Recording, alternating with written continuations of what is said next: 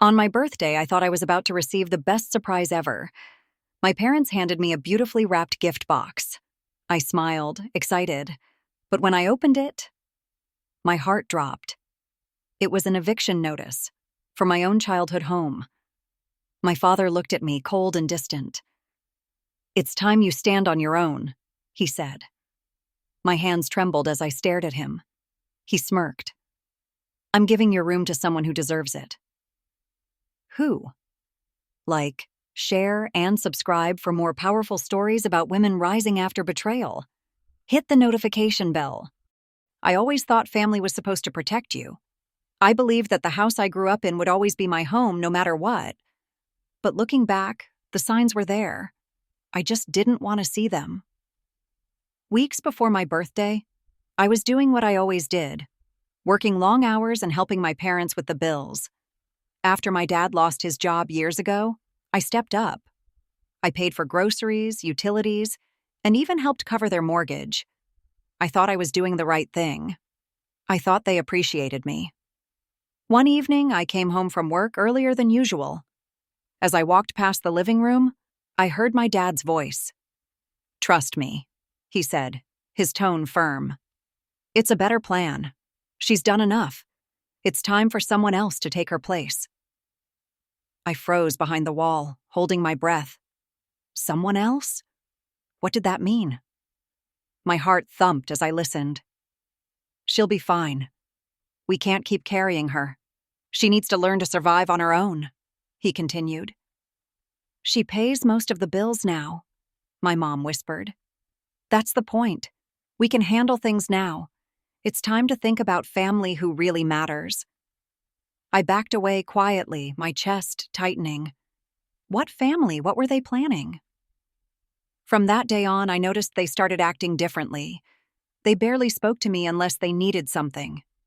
My dad stopped thanking me for the money I gave. My mom barely smiled. The house didn't feel like home anymore. It felt like I was a guest in my own life. The worst part? They didn't even try to hide it. One afternoon, I walked past my room and noticed the door slightly open. Inside, 2 men were measuring the walls. "What's going on?" I asked, stepping in. "Oh, we're just getting ready for some upgrades," my dad said casually.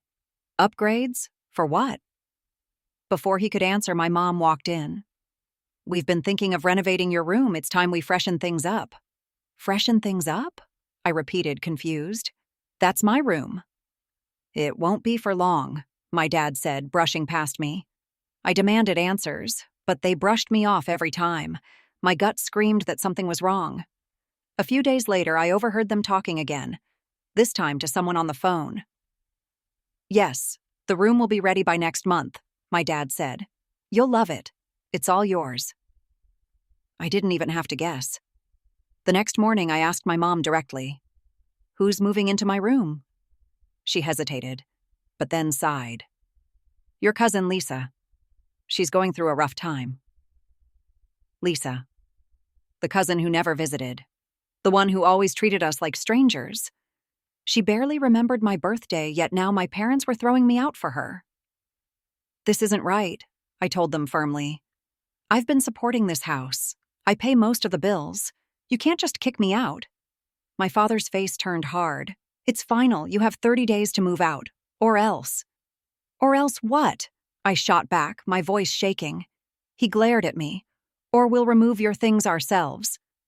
I felt like the ground was crumbling under my feet. I wanted to scream, but no words came out. How could they betray me like this? I stormed out of the house and called my best friend, James. "They're throwing me out," I cried. "They're giving my room to Lisa. I don't even know what I did wrong." James was silent for a moment. Then he said something that stuck with me. "Maybe it's not about what you did wrong. Maybe it's about what you'll do next." I wiped my tears, breathing heavily. Next? I didn't know what would come next, but I knew one thing. I wasn't going to let them get away with this. Like, share and subscribe for more stories about women overcoming betrayal and rising stronger. Don't forget to hit the notification bell so you don't miss what happens next.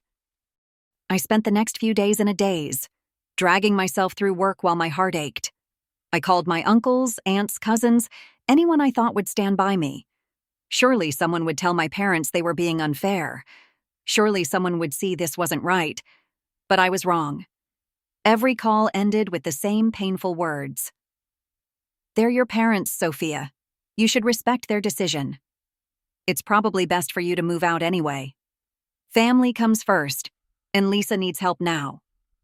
Family comes first? What was I then? A stranger? Furniture they could just move out?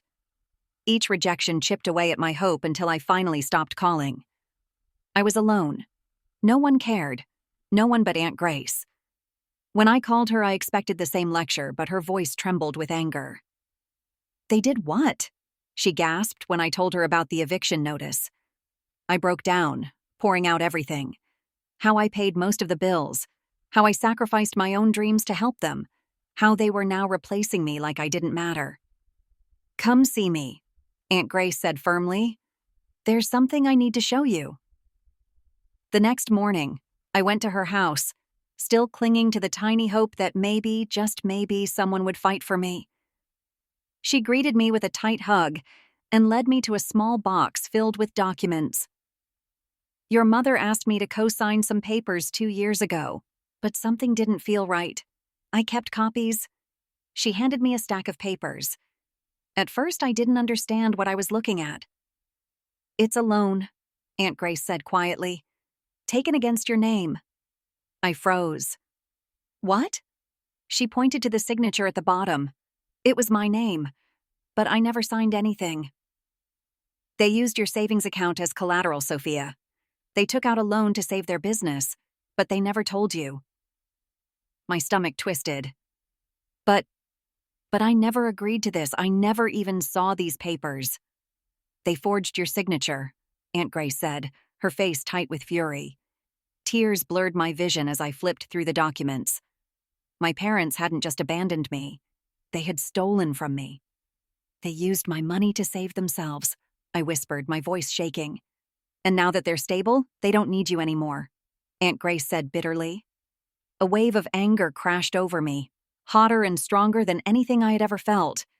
I jumped up, gripping the papers tightly. "I need to talk to them. Now." Aunt Grace didn't stop me. I drove home, my hands clenched on the steering wheel, my heart thundering in my chest. I stormed inside and found them sitting in the living room like nothing had happened. They barely looked up. My father muttered, "You're early."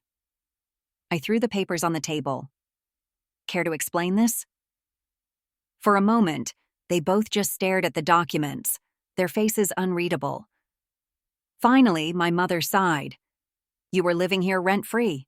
We thought you wouldn't mind helping us." "Helping you?" I snapped. "You forged my signature. You stole from me. You used my savings without even asking." My father shrugged. "It was necessary. We were drowning. You wouldn't have understood." "You didn't even give me a chance to understand," I shot back. "You decided I wasn't part of this family. You pushed me out." "We did what we had to do," he said coldly. "And it's done now." The words sank into my chest like a stone. They weren't sorry. They didn't even feel guilty. "You're still moving out," my father added. "You have 25 days left." I clenched my fists so tightly my nails dug into my palms. "Fine," I said, my voice dangerously calm. "But this isn't over." I turned and walked out, feeling their eyes on my back. They thought they had won, but they hadn't seen the last of me. Standing in front of them, holding the papers that proved everything, I expected at least a flicker of regret. A tremble. An apology. Anything. But there was nothing. My father leaned back in his chair, his arms crossed like he'd just finished a business deal. My mother simply folded her hands in her lap, her face calm and cold. "You've always been useful, Sophia," my father said casually, like he was talking about an old piece of furniture. "You helped us get back on our feet. But we're fine now. We don't need you anymore." I blinked, struggling to process his words. "You don't need me?" I whispered, my throat tight. I'm your daughter. You were also an investment, he said, shrugging, and you've served your purpose. An investment. That's all I was to them? Not family, not a person. Just a transaction. My mother's voice cut in, soft but firm. You'll find your way. You're strong, Sophia. This is what's best for you. Best for me? Best for them. They chose money over me. You could have asked, I said quietly, my heart crumbling. I would have helped you if you just asked. That's exactly why we didn't ask, my father said, standing up. We didn't want to risk you saying no. Tears threatened to spill, but I swallowed them down. I wouldn't cry. Not here. Not in front of them. Fine, I said, forcing my voice to stay steady. If you want me gone, I'll go. His only response was a slight nod, as if I was just dismissed. Downstairs, my so-called birthday party was still going on. Music played, relatives laughed. A few people asked me where I'd disappeared to, but I just forced a smile and went back upstairs. I didn't even want to look at the decorations they put up for me, how fake it all was. I packed my things slowly, folding my clothes, boxing up my books, carefully wrapping my photo frames. Each item I touched felt heavier than the last. This had been my home, my safe place. Now I was being pushed out like a guest who'd overstayed their welcome. As I zipped up my final bag, I heard a knock on the door. My father stepped in, holding a slice of birthday cake on a plate. You should eat something, he said, almost like he cared. And don't forget, you're still invited to our wedding anniversary next week. I didn't answer. He smiled, a cruel, knowing smile. We have a special seat just for you. I narrowed my eyes. Special seat? You'll see, he said, placing the plate on my desk before walking out. Don't be late. I sat on the edge of my bed, staring at the cake. I should have cried, but instead I just felt numb. They were planning something. I could feel it in my bones. Whatever that special seat was, it wasn't going to be a kind surprise. I thought about skipping the anniversary, disappearing from their lives forever, but something deep inside me said, no. You need to go. You need to see this through. They wanted me gone. They thought I was weak. They thought I would just walk away quietly. But they had no idea what I was capable of. Like share and subscribe for more emotional stories about women fighting back after betrayal. Don't forget to hit the notification bell so you won't miss what happens at the anniversary. I left my parents' house that night with only 2 bags and a hollow space where my heart used to be. I didn't know where I was going. I just drove. My hands shook on the steering wheel, and my chest ached so much I could barely breathe.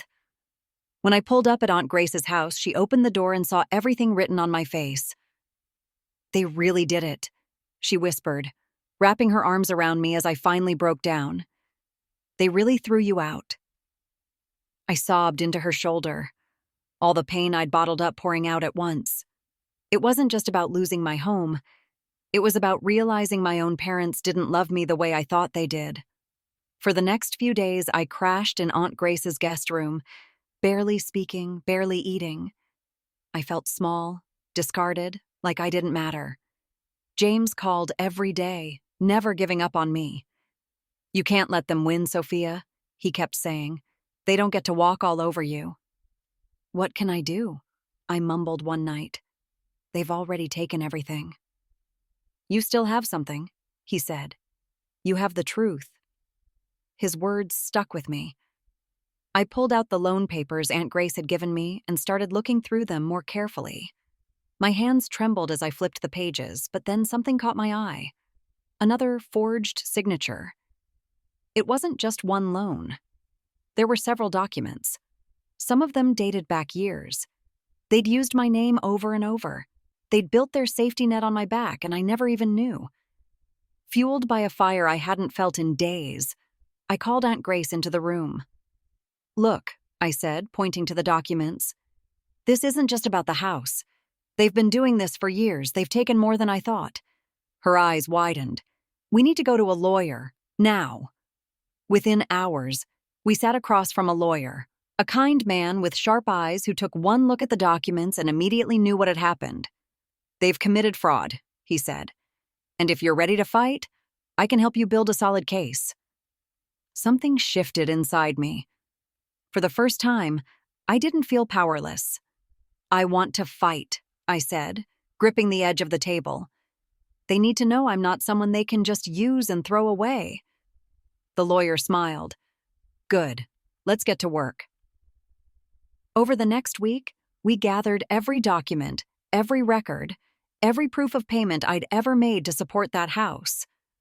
Aunt Grace even found old text messages and emails where my parents acknowledged my financial help. Each new piece of evidence made me stronger. Each one proved what I had felt all along. This wasn't just a bad decision. It was betrayal, planned and executed over years. But I wasn't done. If they wanted to play games, I would give them a gift they'd never forget. The wedding anniversary was just a few days away. I bought a gift box, simple but elegant. Inside, I carefully placed the legal documents the lawyer had prepared: a fraud complaint, a lawsuit notice, and copies of every forged signature.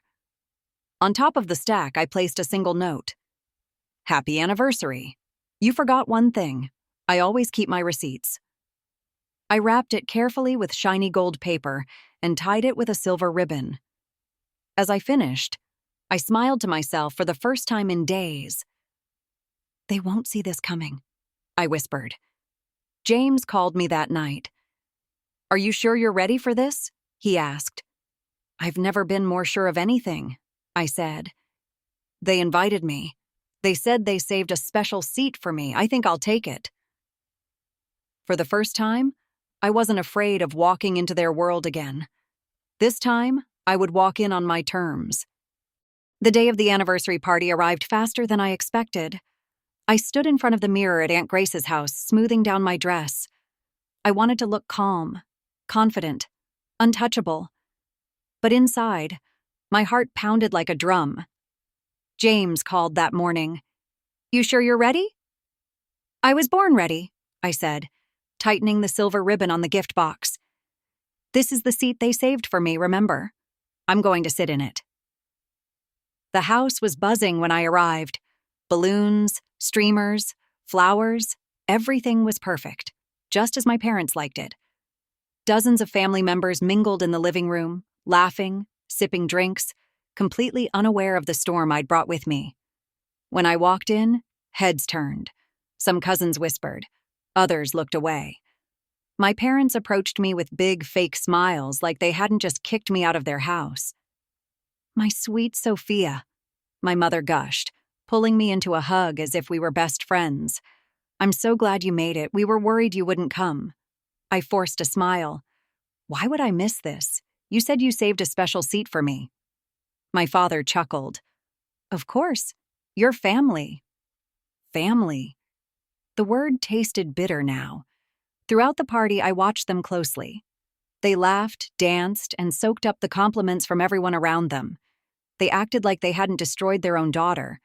They acted like they'd already won. But I was patient. I waited until the gift opening session, the part they loved the most. My parents sat in front of the crowd while guests handed them beautifully wrapped presents: expensive watches, crystal vases, framed photos. When it was my turn, I stepped forward holding my small, elegant box. "This one's from me," I said calmly. My mother's eyes sparkled. "Oh, how lovely." My father took the box, smirking like he'd already dismissed me. "Let's see what our daughter got us." The room went quiet as he carefully untied the silver ribbon and peeled back the gold wrapping paper. When he lifted the lid and saw the stack of legal documents, his face drained of color. He flipped through them quickly, his hands trembling. Fraud complaint, forged signatures, lawsuit notice. Every piece of evidence, neatly organized, undeniable. At the very top was my handwritten note: "Happy anniversary, you forgot one thing, I always keep my receipts." His jaw clenched. "What is this?" My mother snatched the papers from him and read them in panic, her fingers shaking. Her smile faded, replaced by shock and fear. I kept my voice steady and loud enough for the guests to hear. "Oh, just a little something to remind you both that I'm not as easy to get rid of as you thought." The room fell into complete silence. Cousins, aunts, uncles, all eyes were on us now. My father's voice was tight. "You wouldn't dare?" I took a step closer, locking eyes with him. "I already did." I turned to leave, but paused at the door. "By the way, thanks for saving me a special seat. I made sure it's a front row view." His face twisted in rage. My mother called after me, panic rising in her voice, but I didn't look back. I walked out of that house, out of their carefully staged party, and for the first time in weeks I felt light. They thought they could crush me, they thought I would walk away quietly. But they were wrong. I didn't rush as I walked toward the exit. Every step felt like shedding years of weight from my shoulders. Behind me, the silence in the room was deafening. But I didn't make it to the door. "Sophia, wait!" My mother's voice cracked, the calm, polished tone now replaced by pure desperation. I stopped but didn't turn around. I wanted her to say it first. She hurried toward me, clutching the documents to her chest, her breathing quick and uneven. My father followed, his face pale, his confident smirk now wiped clean. "Sophia, please," my mother said, her voice trembling. Let's talk about this." "Oh, now you want to talk?" I said, finally turning to face them. My gaze swept across the room. Family members frozen in place, some whispering to each other, others staring wide-eyed. My father stepped in, lowering his voice as if he could still control the damage. "You don't have to go this far. We can settle this privately. Family business doesn't need to be aired in public." I folded my arms. "Is that why you didn't think twice about kicking me out on my birthday? Was that family business too?" His lips tightened. "We made a mistake, okay? You've made your point. Let's fix this, quietly." I almost laughed. They weren't sorry for what they did. They were sorry they got caught. I leaned closer, just enough for them to hear my whisper over the stunned silence of the crowd. "Happy anniversary." My father's eyes flicked nervously toward the guests, who were now openly murmuring. Some had already pulled out their phones, snapping pictures of the papers scattered across the table. The perfectly staged party was crumbling right before them. "You can't do this," my mother whispered, her voice cracking. "Please, Sophia, you'll ruin us." "Funny," I said, tilting my head. "You didn't think twice about ruining me." My father reached for my arm, his grip a little too tight. "We are still your parents. Were you thinking about that when you stole from me?" I yanked my arm free. "When you forged my signature? When you planned to replace me with a cousin who doesn't even care about you?" His face flushed red. He looked around at the family staring at us, the judgment heavy in the air. "Sophia," my mother begged, "you don't want to do this. We can make this right. We'll return your money. We'll fix everything. Just don't go public." I smiled, a soft, knowing smile. "Oh, you're too late for that." Their faces fell. "I've already made my choice," I said quietly. "You'll find out tomorrow." The panic in their eyes was priceless. Family members rushed over, asking what was going on, demanding explanations. My parents tried to hush them, tried to keep control, but it was slipping fast. They called after me, promising to talk, begging me not to destroy the family name. But I didn't stop. I walked out of that house with my head high, knowing I'd delivered a gift they'd never forget. As I stepped outside into the cool evening air, James was waiting by his car. "How'd it go?" he asked, grinning as he opened the door for me. I slid into the seat, still feeling the adrenaline rushing through me. "I gave them the gift," I said simply. "And I gave them the message." "Did they beg?" "Oh, like you wouldn't believe." He laughed softly. "And what happens tomorrow?" I looked out the window at the darkening sky. "They'll see." Because tomorrow, the real storm begins. The morning after the anniversary party, I woke up to the soft ping of my phone. It was a message from my lawyer. "It's done." My heart thudded as I sat up in bed. The wheels were officially in motion. Within hours, the official letters were served. A court order to freeze my parents' accounts. A legal notice to seize the house they'd thrown me out of. Proof that the house was, in fact, legally mine. Paid for by the very savings they had stolen from me over the years. It wasn't just revenge.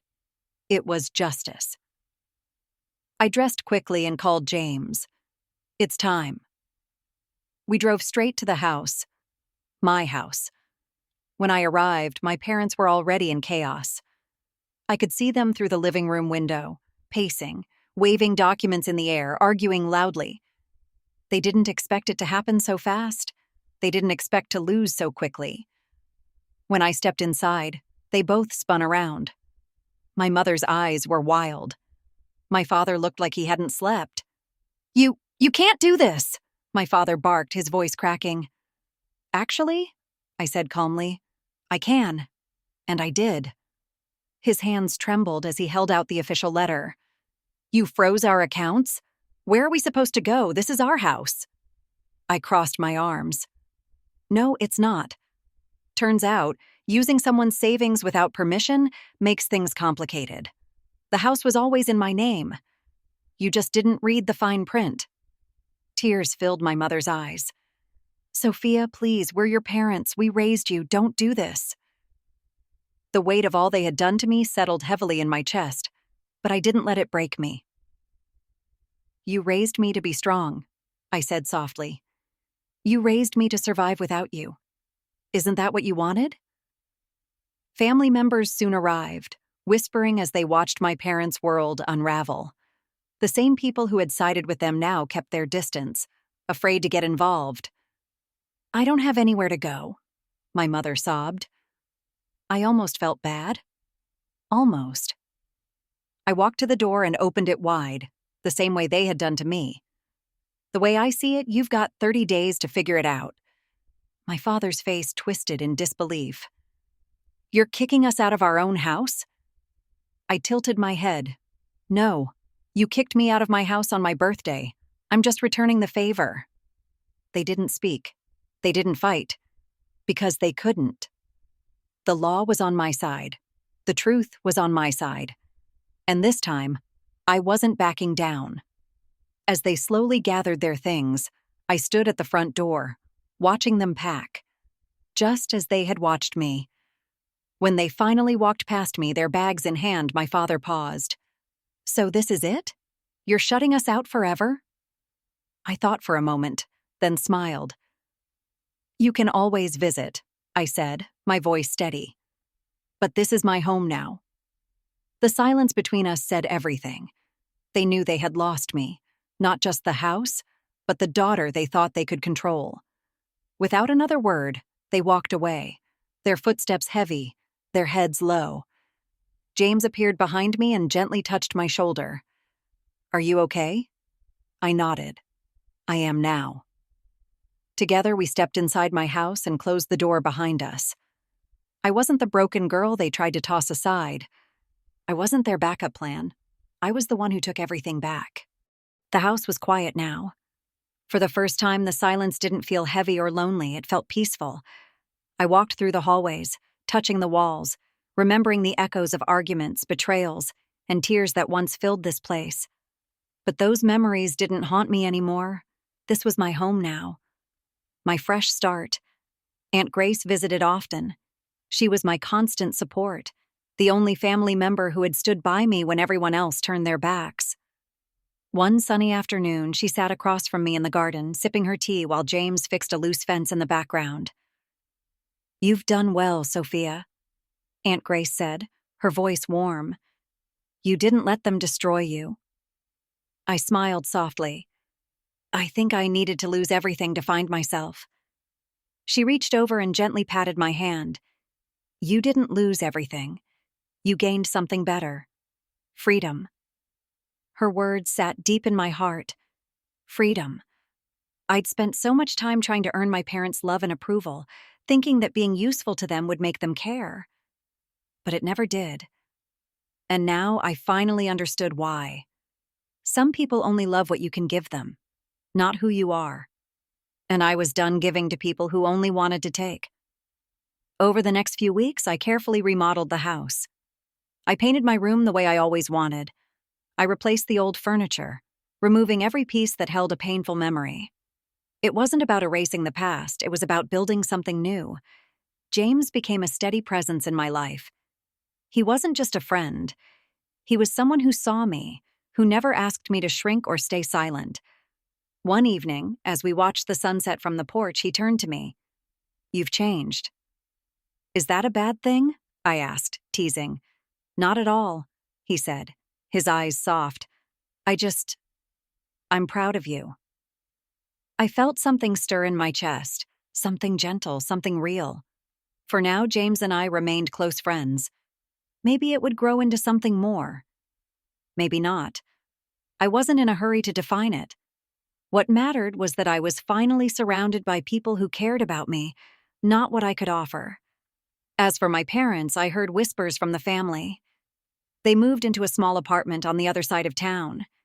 They tried reaching out once, sending a letter. It sat unopened on my desk for days. When I finally opened it, I found a simple note. "We're sorry." No grand speeches, no excuses, just 2 words. Did I forgive them? Not yet. Maybe not ever. But I didn't feel hatred anymore. Just distance. Some people are meant to be loved from afar. On Sundays, Aunt Grace and I would bake together, laughing as we fumbled with flour and sugar. We made new memories in the kitchen where old ones had once hurt me. One afternoon, as we arranged cookies on a plate, she looked at me and said, "You've built a beautiful life, Sophia. I hope you see that now." I did. I finally did. I had my home, I had my peace, and I had myself, stronger, wiser, and whole. The chapter of pain was closed, and the story of my new beginning had just begun. Thank you for following Sophia's incredible journey. If you've ever been betrayed, know that you can rise, you can heal, and you can rebuild. Like, share, and subscribe for more stories about women who turn heartbreak into power. Don't forget to hit the notification bell so you never miss our next story. See you soon.